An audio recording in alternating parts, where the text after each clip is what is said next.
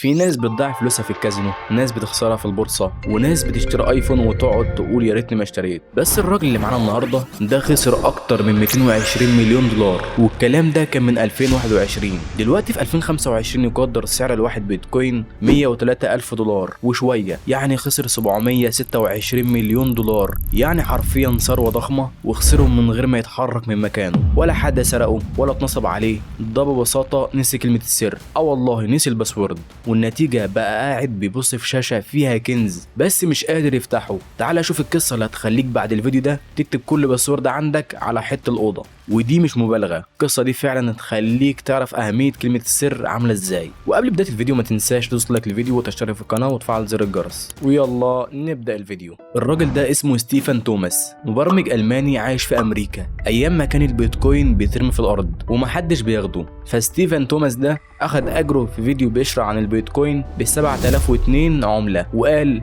حلوين دول يمكن ينفعوا بعدين، فحطهم في محفظه الكترونيه اسمها ايرون كي، ودي بتديك 10 محاولات بس تدخل فيهم كلمه السر وبعدها تتقفل الى الابد. وتقريبا هو استخدم منهم 8 محاولات وكلهم غلط. يعني دلوقتي هو بيصحى كل يوم من النوم يبص في السقف ويفكر في 2 باسوردات فاضلين، لو دخلهم غلط يبقى ضيع ثروة عمره. وجرب كل الحاجات الغبية اللي احنا بنجربها، اسم الكلب، اسم مامته مع سنة ميلاده، 1 2 3 4 5 6 I love بيتكوين، وكلهم طلعوا غلط. حرفيا الراجل 1000 مقابلة، انا بنام وانا بفكر في الباسورد وبصحى وانا بفكر في الباسورد، وحياتي كلها اتحولت لحرفين انا ناسيهم. وبصراحة يعني من حقه، دي ثروة، انا لو منه انا مش عارف انام اساسا. المصيبة كل ما البيتكوين يعلى الألم بيزيد، كل 10 دقايق بيخسر مليون دولار وهو قاعد ساكت. والناس بدأت تعرض على حلول، واحد فيهم قال له تعال نفتح المحفظة بالذكاء الاصطناعي، لكن ده ممكن يقفلها برضه لو فشل. يعني مصيره دلوقتي متعلق بذاكرته، حرفيا مستقبله كله واقف على كلمة،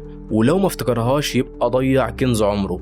والدرس من القصة دي، انت مش بس محتاج تبقى غني، انت محتاج كمان تفتكر ازاي توصل لفلوسك. والقصد من الكلام ده انك تعمل لكل حاجة اهمية. وانا اولكم اروح اغير كلمة السر بتاعت الفيس والجيميلات لاني ناسيهم، ويلا سلام.